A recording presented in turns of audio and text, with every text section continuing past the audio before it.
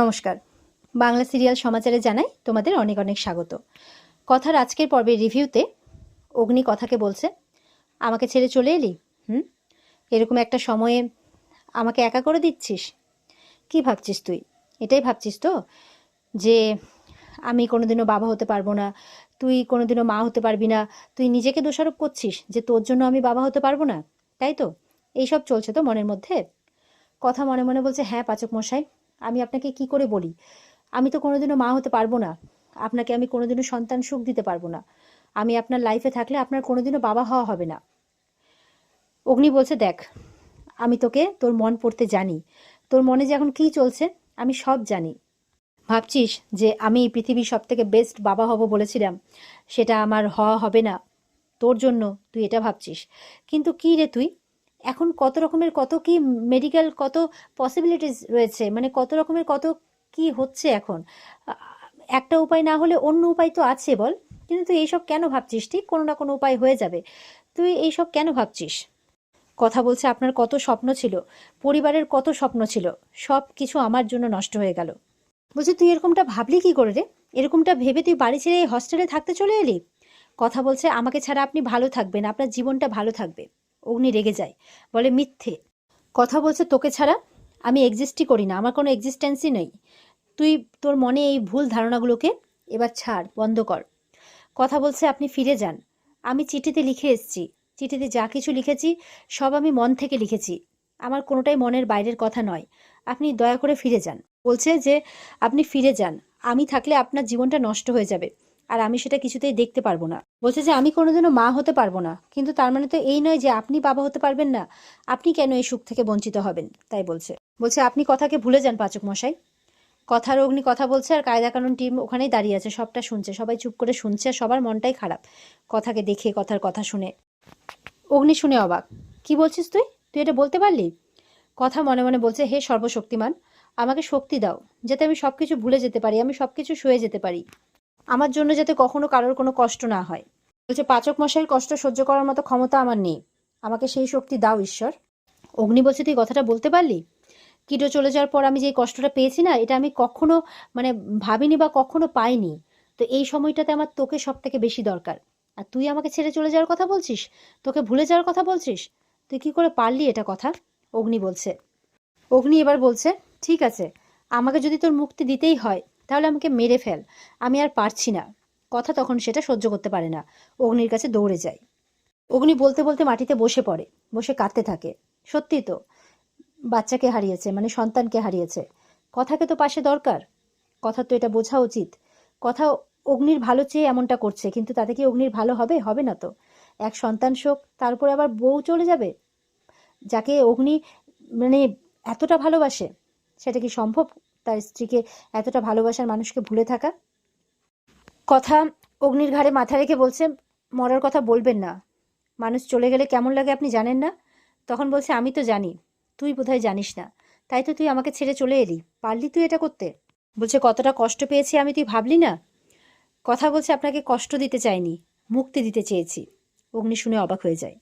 অগ্নি আবারও বলছে, তুই কথা বললি, তুই মানে বলতে পারলি, তুই মুক্তি দিচ্ছিস আমাকে? দেখ, আমি এটা জানতাম যে আমি হাজারো খারাপ কথা বলি, তুই আমাকে ছেড়ে যাবি না, ঠিক সিমিলারলি তুই আমাকে হাজারো কথা বললে আমি তোকে ছেড়ে যাব না।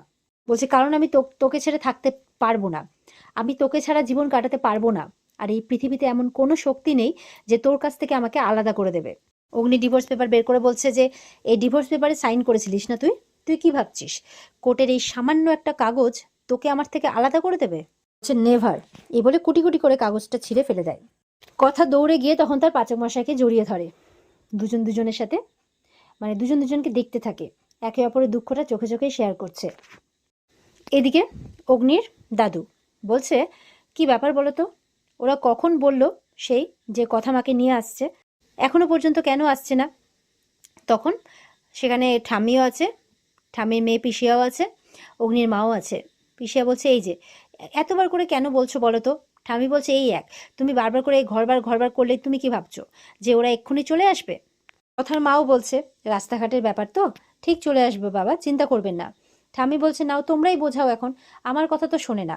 এরকম করতে করতে এখন যদি নিজের শরীরটা খারাপ হয় তাহলে তো ওনাকে নিয়ে সমস্যায় পড়তে হবে না, তোমরাই বলো। তো ওরা কথা বলতে বলতে কিন্তু কথাকে নিয়ে সবাই চলে আসে বাড়িতে। কথাকে তো ফ্রেশ হয়ে রেস্ট নিতে বলছে অগ্নি। তখন কর্তাইদার সামনে আসে। কথা কাঁদতে কাঁদতে কর্তাইদার সামনে আসে, এসে বলছে খালি হাতে ফিরে এলাম কর্তাইদা, আর বলে কাঁদতে থাকে। কথার মানে শাশুড়ি মা, অগ্নির মা, পিসিয়া সবাই দৌড়ে আসে।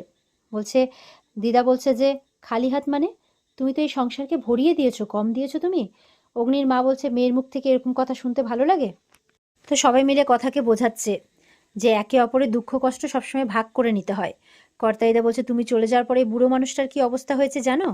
পিসিয়ারা বলছে কার যে কুনজর পড়েছে, না হলে তোমার মতো একজন ভালো মেয়ের সাথে এরকমটা হয় কি করে? এরপর কথা কাঁদতে কাঁদতে কর্তা দাদুর কাছে এসেছে। বলছে এইভাবে বুড়ো বুড়িকে ছেড়ে কখনো চলে যেতে হয়? ঠাম্মিও বলছে। তখন কথা বলছে ক্ষমা করো কর্তা দাদু। ঠাম্মিকেও বলছে ক্ষমা করো, আর কখনো যাব না। দাদু বলছে হ্যাঁ, যেতে দিলে তবে তো তুমি যাবে, আর যেখানেই যাও না কেন এই কায়দা কানুনের দল ঠিক ধরে নিয়ে আসবে, তাই বলছে। কথা তো কেঁদেই যাচ্ছে আর কথাকে সামলেই যাচ্ছে। কর্তা দাদু বলছে তুমি ভাবলে কি করে হ্যাঁ, যে তোমাকে ছাড়া আমরা ভালো থাকবো? কর্তা দিদা বলছে আচ্ছা আচ্ছা ঠিক আছে, অনেক হয়েছে, মেয়েটা তো শরীরটা ভালো না, যাও তুমি ঘরে গিয়ে বিশ্রাম নাও। কথাকে বলছে সব থেকে বড় কথা তোমাকে আমরা ফিরে পেয়েছি, এটাই আমাদের কাছে অনেক বড়। এরপরে কর্তাইদা অগ্নির মাকে কথার জন্য একটু গরম দুধ নিয়ে আসতে বলে। পিসিয়া এরপর মানে ছোটকাকে জিজ্ঞাসা করছে যে ওকে কোথায় পেলি? বলছে আর বলো না, লোকেশন ট্র্যাক করে আমরা মানে ও একটা লেডিস হস্টেলে গিয়ে উঠেছিল, লোকেশন ট্র্যাক করে আমরা পৌঁছই, কিছুতেই আসতে চাইছিল না, উনি অনেক বুঝিয়ে নিয়ে এসেছে। প্রিয়া বলছে ছোট মামাই এখন ওসব কথা থাক, শুনলে কষ্ট পাবে। তো এরপরে অগ্নি বলছে যে চল ওপরে চল, রেস্ট নিবি, চল বেশি হাঁটাচলা করবি না। কর্তাদু বলছে হ্যাঁ সেই ভালো, এখন থেকে একটু বউয়ের যত্ন নাও, এতদিন পর্যন্ত তো ওই তোমার যত্ন নিয়ে গেছে। অগ্নি বলছে এই যে শুরু হয়ে গেল, আপনি এই সময়ে এখনো আমাকে এই কথা শোনাবেন? তখন অগ্নির মা বলছে এই এখন চুপ করে, এই সিচুয়েশনে এখন এইসব বলিস না। বাবাকেও চুপ করতে বলে, বলে আচ্ছা ঠিক আছে বেশ, এই বলে কথাকে দুধটা খেয়ে নিতে বলে। এবার কথাকে সবাই মিলে ওপরে নিয়ে যাচ্ছে। তখন মেজো মা ঢং দেখাতে এসেছে সামনে, এসে কথার মুখে চোখে মাথায় হাত বুলিয়ে দিচ্ছে, যেন কত স্নেহ তার কথার প্রতি। দিয়ে কথা উপরে চলে যায় আর মনে মনে বলছে কথাগুলি তুমি তোমার সন্তানকে আর কোনো দিনও দেখতে পাবে না। মনে মনে বলছে আর হাসছে, বলছে বেচারি খুব কষ্ট পাচ্ছ তাই না? দেখো এই সংসারে কিন্তু এখন তোমার সন্তান মৃত, তাই অঙ্কিতের সন্তানই হবে বড় সন্তান। বলছে যে যেটা আমি এতদিন চেয়ে এসেছি সেটা এবার আমার পূর্ণ হবে সেই স্বপ্ন, এই বলছে মনে মনে আর হাসছে। আর এখানেই কিন্তু আজকের পর্ব শেষ হয়ে যায়। তো বন্ধুরা এই ছিল আজকের পর্বের রিভিউ। আশা করি তোমাদের খুব ভালো লেগেছে। পর্ব ভালো লেগে থাকলে কমেন্ট করে অবশ্যই জানাবে, আর আমাদের চ্যানেলের সাথে জুড়তে চ্যানেলকে সাবস্ক্রাইব কিন্তু অবশ্যই করবে। দেখা হচ্ছে আগামীকালকে তোমাদের সাথে, ততক্ষণ সবাই খুব ভালো থাকবে। আজকের মতো এই পর্যন্তই, টাটা।